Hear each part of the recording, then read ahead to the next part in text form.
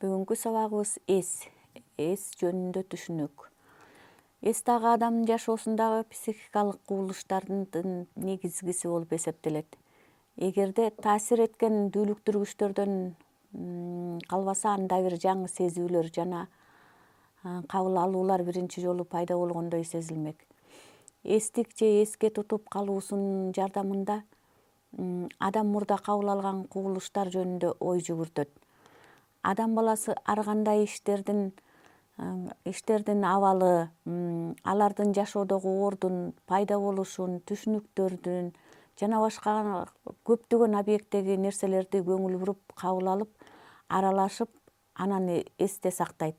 Ал ошол эс сакталып калган түшүнүктөрдү пайдаланып, башка иш-аракеттерди жасайт, жүрүш турушта пайдаланат жана башка мүмкүнчүлүктөрдө колдонулат. Эс бул өткөн тажрыйбаны эсте калтыруу, сактоо, эске түшүрүү сыяктуу психикалык процесстер аталат. Эс жөнүндө орус окумуштуусу Сеченов: эс болбосо биздин сезүүлөрүбүз жана кабыл алууларыбыз иссиз жоголуп, адам өмүр бою жаңы төрөлгөн баланын деңгээлинде калмак деп белгилеп кеткен. Эсти өстүрүүдө бала чактан аракет жасоону өзгөчө мугалимдер окуучуларга түшүндүрүүсү, көңүл буруусу зарыл. Эске сактап калуу окуу ишинде бала кезден бул эң керектүү процесс. Чынында эле эс бир эле окууда эмес, ар бир психикалык кубулуштар да керектүү. Эстин деңгээлине байланыштуу ар кандай нерселер кыска мөөнөттө эсте калтырылып, узак убакыт эсте сакталып калганы адамдын эсинин жакшы сапатта экендигин түшүндүрөт. Эстин физиологиялык негизи болуп, тышкы дүүлүктүргүчтөр пайда кылган нервтик түзүлүштөр, нерв ткандарына из калтырат. Демек, баш мээде сакталып калган нервтик процесстердин изи эстин физиологиялык негизи деп аталат. Эстин нервтик кабыл алууга да байланыштуу болот. Бирок кабыл алуу үчүн үзгүлтүксүз дүүлүктүргүчтөр таасир этсе, эсте болсо, мурда таасир этилген дүүлүктүргүч түзүлүштөрдүн изи саналат. Эстин түрлөрү ар кандай, ар түрдүү нерселердин, буюмдардын, кубулуштардын, ошондой эле иш-аракетке байланыштуу болуп бөлүнөт. Алар кыска мөөнөттөгү эс, узак убакыттагы эс, эмоционалдык эс, образдык эс, сөздүк логикалык эс.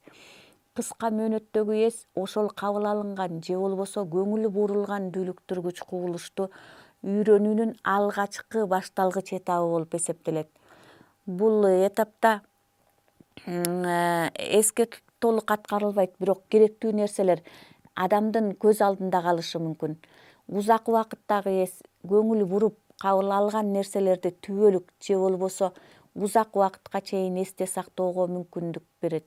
Эмоционалдык эс адамдын турмушунда кездешкен оң жана терс сезимдердин эсте сакталып калышы.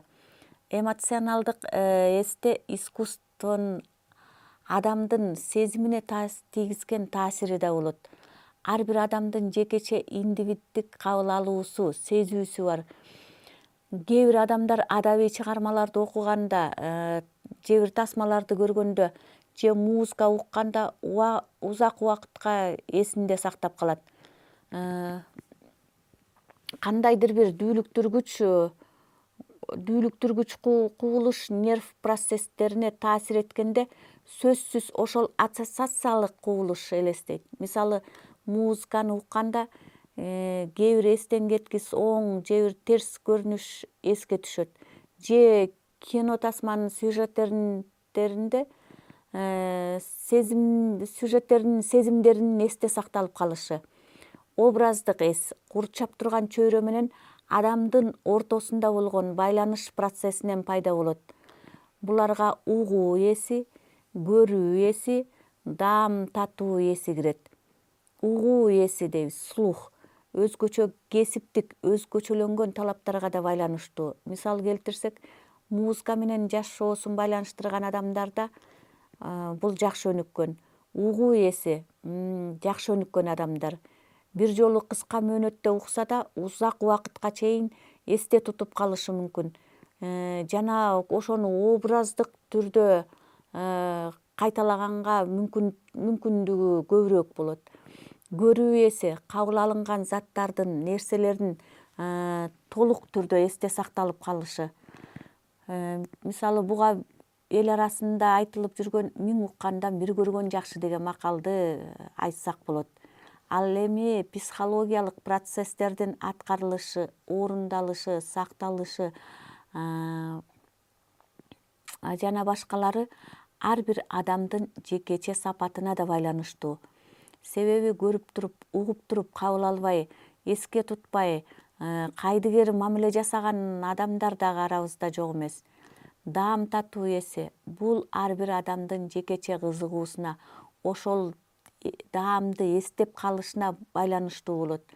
Бул өзгөчө бир мүнөзгө ээ болгон көрүнүш. Сөздүк логикалык эс дагы өзүнчө бир психикалык процесс. Мында адам кабыл алган маалыматтардын негизинде керектүү эстеп калуусу. Мисалы студенттер лекцияны угуп жана жазуу менен эстерине сакталып калбаса да, экзамендин алдында өз алдынча иштөөдө сөздүк логикалык эстөөсү пайда болушу мүмкүн. Кыскача болсо да эске түшөт. Эстин негизги процесстерине эсте калтыруу, эске сактоо, эске түшүрүү кирет. Эсте калтыруу процесстерине тажрыйбалык изилдөө жүргүзүшкөндө көбүнчө кайталоо, көбүрөөк аракет жасоо, иш түрүндө көп көңүл буруу эсте калтырууга көмөкчү белгилешкен. Адам курчап турган чөйрөдөн эмнени эске калтыруу, таануу керектигин тажрыйбасына жана өзүнүн жекече өзгөчөлүгүнө жараша болот.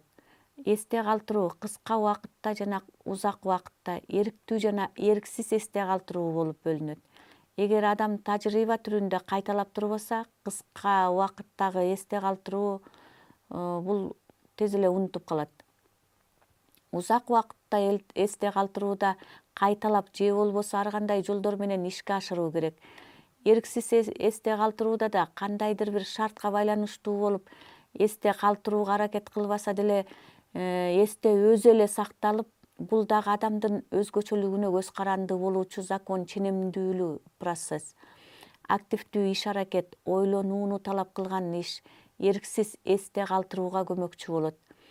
Эрктүү эсте калтыруу бир нерсени бүтүмдүү бойдон кабыл албай, ар бир бөлүкчөсүн кабыл алуу керектүү натыйжа берет деген түшүнүккө каршы. Бирок бул тез унутууга алып келерин белгилешкен. Демек, бөлүкчөлөргө бөлүү аркылуу эсте калтыруу жолдоруна караганда баардыгын бүтүн, толук бойдон калтыруу эффективдүү болуп саналат. Толук бүтүмдүү эске тутууда ар бир бөлүкчөнүн өз ара байланышын түшүнүү, эсте калтырууну жеңилдетүү үчүн ошол нерсенин жалпы мазмунун пайдаланууга даярдаш керек. Ар бир бөлүкчөсү өзүнчө үйрөтүлөт. Анан акырында баардыгы толук берилет жана кайталанат. Ушундай метод окутуу багытында эсте калтыруу үчүн көбүрөөк колдонулат. Эске сактоо эске калтырууга карама каршы процесс. Бул процессте узак убакыт же түбөлүккө эсте калыш керек. Бирок толук түрдө эсте сактоого мүмкүн эмес. Бул унутуу деген категория аркылуу белгиленет. Эске түшүрүү сакталган маалыматтардын мазмунун кайрадан калыбына келтирүү. Бул эстин процесси татаал жана оңой жактары менен сүрөттөлөт. Ушуга байланыштуу бул процесстин ичинде түрдүү өзгөчөлүктөрдү билүү, өзү эстөө, элестетүү, билүү, кайрадан кабыл алуу шартында объектини эске түшүрүү. Билүүнүн турмушта мааниси чоң. Себеби билүү болбосо ар бир нерсени жаңы көргөндөй болуп кабыл алмакпыз. Билүү биздин чөйрөдөн кабыл алган нерселер менен байланыштырып, чөйрөгө багыт алууга мүмкүнчүлүк түзөт. Керектүү нерсе так, толук эсте калса, аны эске түшүрүү оңой. Бирок ар дайым эле андай боло бербейт. Кээде бир нерсени эске түшүрүү бир башка активдүү изденүүнү талап кылат. Мындай эске түшүрүү эстөө деп айтабыз. Бул мисалдардан бөлөк кайталап эске түшүрүү экиге бөлүнөт. Эрктүү эске түшүрүү, эрксиз эске түшүрүү. Эрктүү эске түшүрүү атайын пландаштырылып, максат коюунун негизинде өтөт. Ал эми эске түшүрүүдө адам эрктүү аракеттерди жумшабай эле керектүү нерсе өзүнөн өзү эле эске түшөт. Адамдын жашоосунда ар түркүн психикалык процесстер бар экендигин билебиз. Ал эми эстөө, эске сактап калуу, эске түшүрүүгө болгон унутуу деген түшүнүк бар. Унутуу адамдын эсинде калган нерселердин азайышы,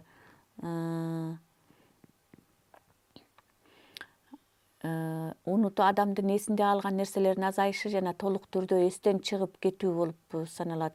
Унутуу бир убакытка да көз каранды болот. Себеби убакыттын өтүшү менен акырындап ар нерселердин унутулушу жана бул туруктуу формага ээ болот. Бул тууралуу изилдөө жүргүзгөн окумуштуу Эббингауз болгон. Унутуу адамдын жасаган аракетине дагы көз каранды болот. Бир унутуу адамдын өзүнөн көз каранды болгон факторлорго да жараша жүрөрүн Эббингауз белгиленген.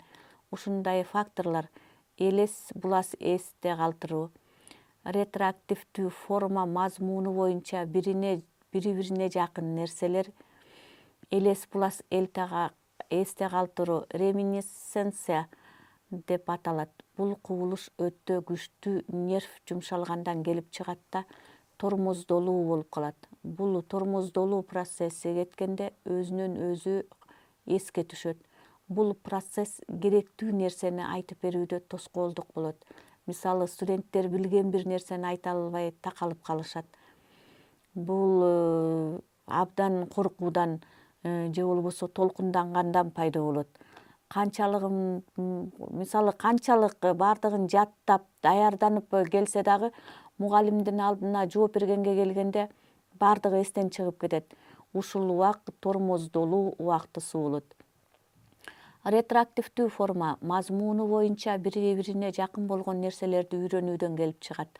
Анткени мазмундар окшош нерселер бири экинчисинин эске түшүүсүнө тоскоолдук кылат. Эсте калтыруу, эске түшүрүү, эстөө адамдын жашоо тиричилигиндеги процесстерсиз адамдын ишмердүүлүгү, аракети, жүрүш турушу,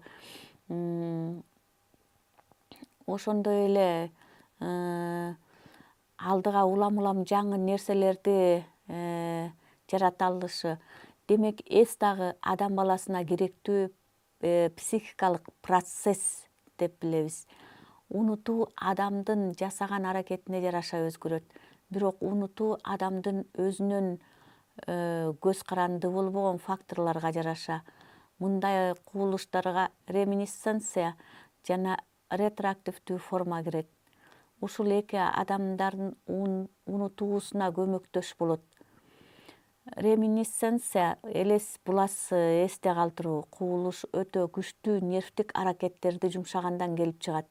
Кээде жакшы материалдын керектүү жерин айтып бере албайт.